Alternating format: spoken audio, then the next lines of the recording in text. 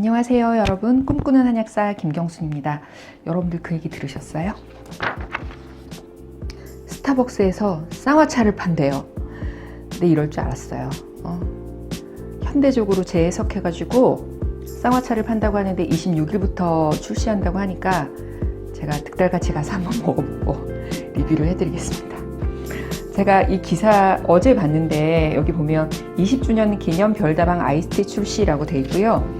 계피, 생강, 대추 등 10여 종 한약재를 활용해서 쌍화차를 재해석해서 한국인에게 익숙한 시원한 수정과의 맛을 재현하고 스타벅스만의 색을 입혀 연령에 상관없이 누구나 친숙하게 즐길 수 있는 점이 특징이라고 써 있습니다. 제가 원하는 게 이거였거든요.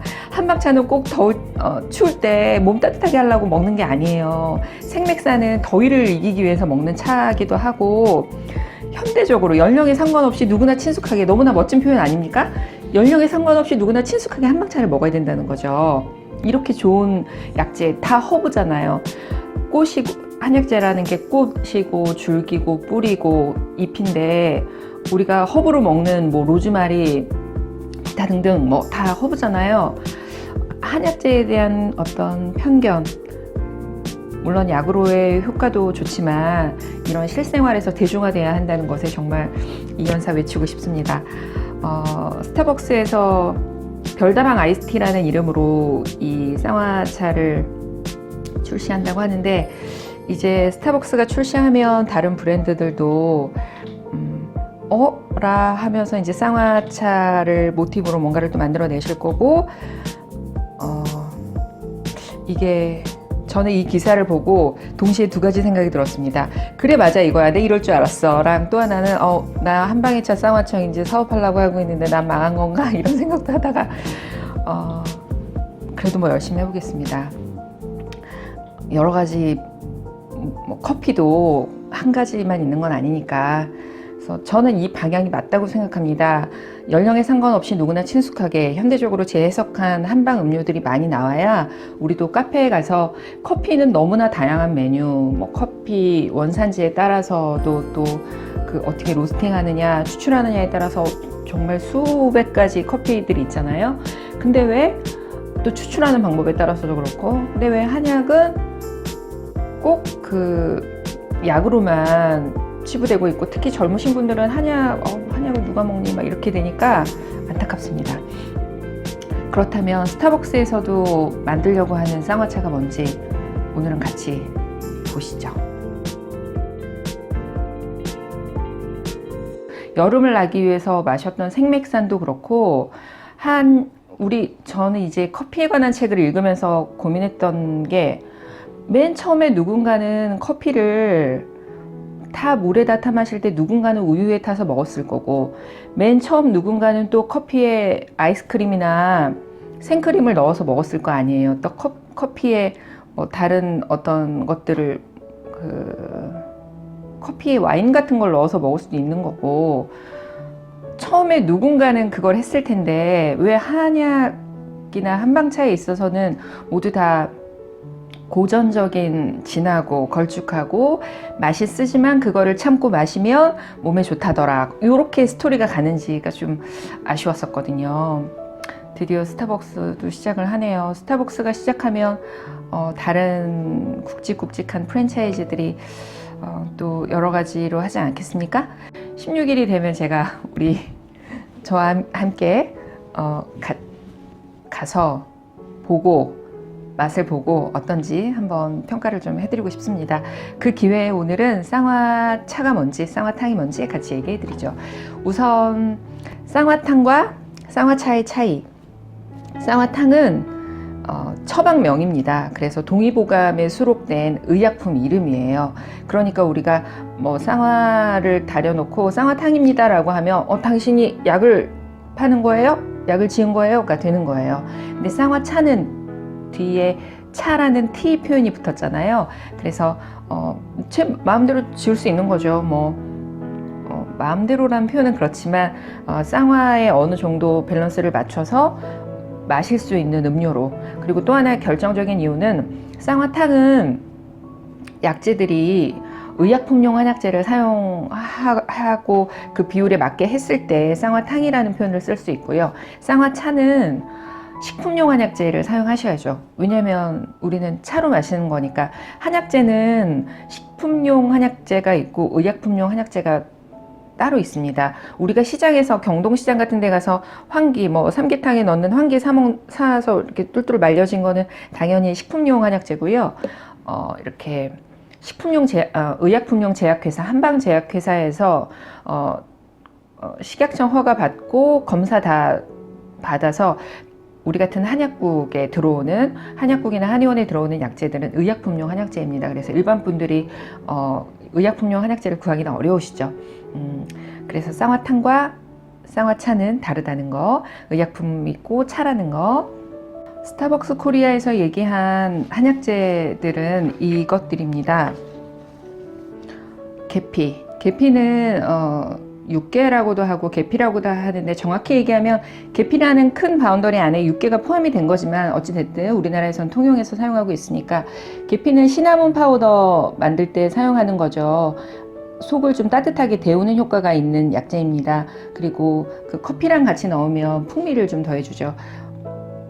아마 수정과 맛하고 비슷하다고 느끼시는 이유가 이 계피 때문이실 거예요.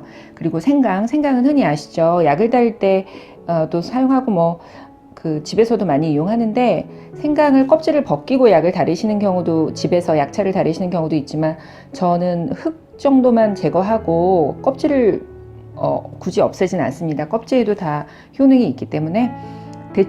대추는 뭐 너무 흔히 아시죠?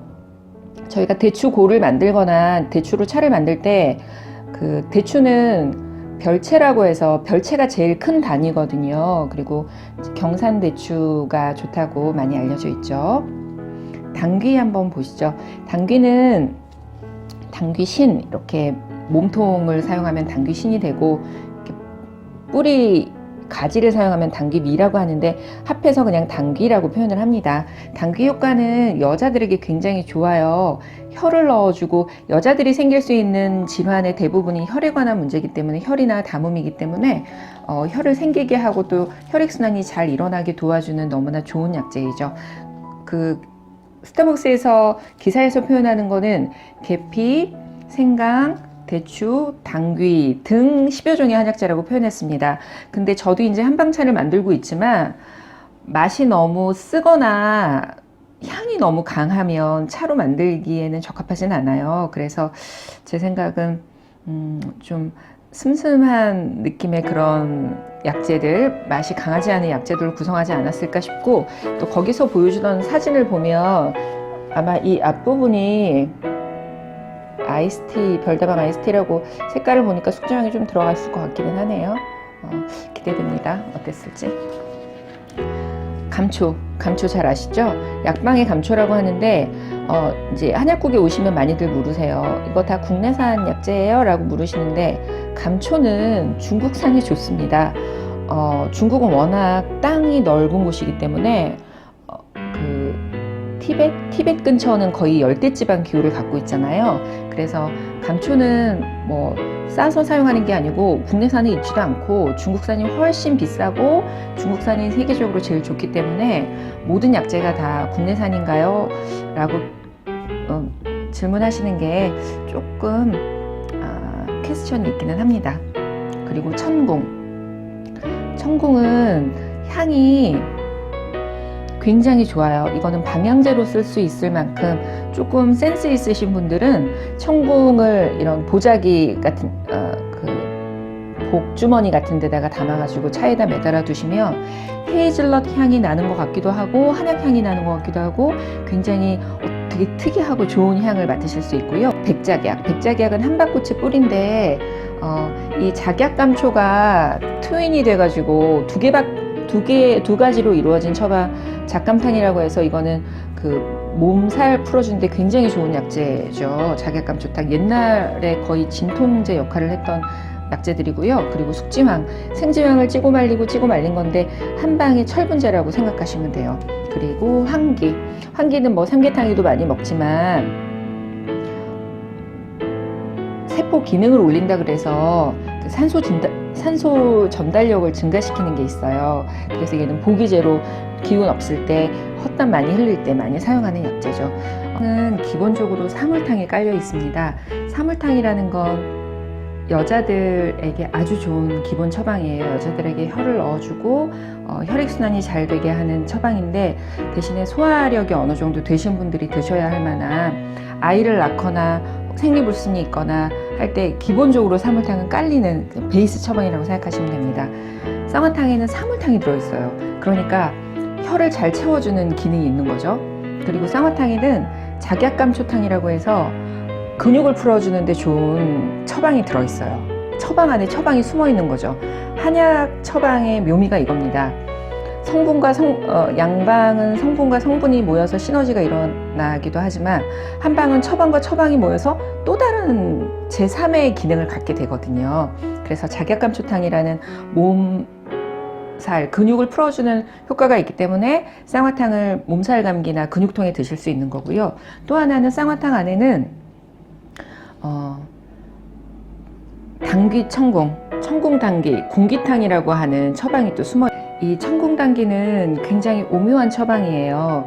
이건 빈혈에 관한 모든 걸 치료하고, 그러니까 혈에 관한, 여자들에게 혈 넣어주는 처방이 사물탕이라고 했는데, 그 안에 또 청궁 당귀가 숨어 있고, 이 청궁 당귀만으로도 빈혈에 생리불순에 혈에 관한 걸 채워주는 좋은 처방이 되고요. 또 이 그 한약 처방의 묘미는, 이게 1대1로 들어갔을 때는 군기탕이지만, 이게 2대3으로 들어가면, 청궁이 2고 당귀가 3으로 들어가면 불수산이라고 해서 부처님의 손이라는 의미를 가진 처방이 돼요. 그게 뭐냐면, 예전에 조선시대 때는 아이를 낳을 때 지금처럼 난산이 되거나 할 때 촉진제를 맞거나 어떻게 할 수가 없었잖아요. 그래서 아이를 낳으면서 죽는 산모도 많았고 아이도 위험한 경우가 많았는데, 불수산은 아이 낳기 전에 불수산을 마시고 아이를 낳으면 부처님이 손으로 아이를 받아준다고 할 만큼 난산이 많이 좋아지고 순산에 도움을 주는 처방이었기 때문에 이름이 불수산이라고 불릴 만큼 아주 드라마틱한 처방이 되죠. 물론 요즘 시대에 불수산을 먹는 경우는 없죠. 저도 애를 낳을 때 불수산을 먹지는 않았습니다만, 예전에는 뭔가 처치를 할 수 없는 상황에서는 이 불수산이나 한약들이 너무나 큰 도움을 줬죠. 그래서 이 쌍화탕이 너무 흔하게 드셔갖고 별거 아닌 것 같지만, 안에 들어있는 게 혈 넣어주는 처방, 근육통 풀어주는 처방, 이런 것들이 들어있어서, 그래서 쌍화탕은 몸살에도 드실 수 있는 거고, 또 이름이 쌍화라는 이름 자체가 음과 양이 화합한다고 해서 단순히 몸살에만 먹는 게 아니고, 한의학의 기본은 음과 양이 조화를 이루는 거거든요.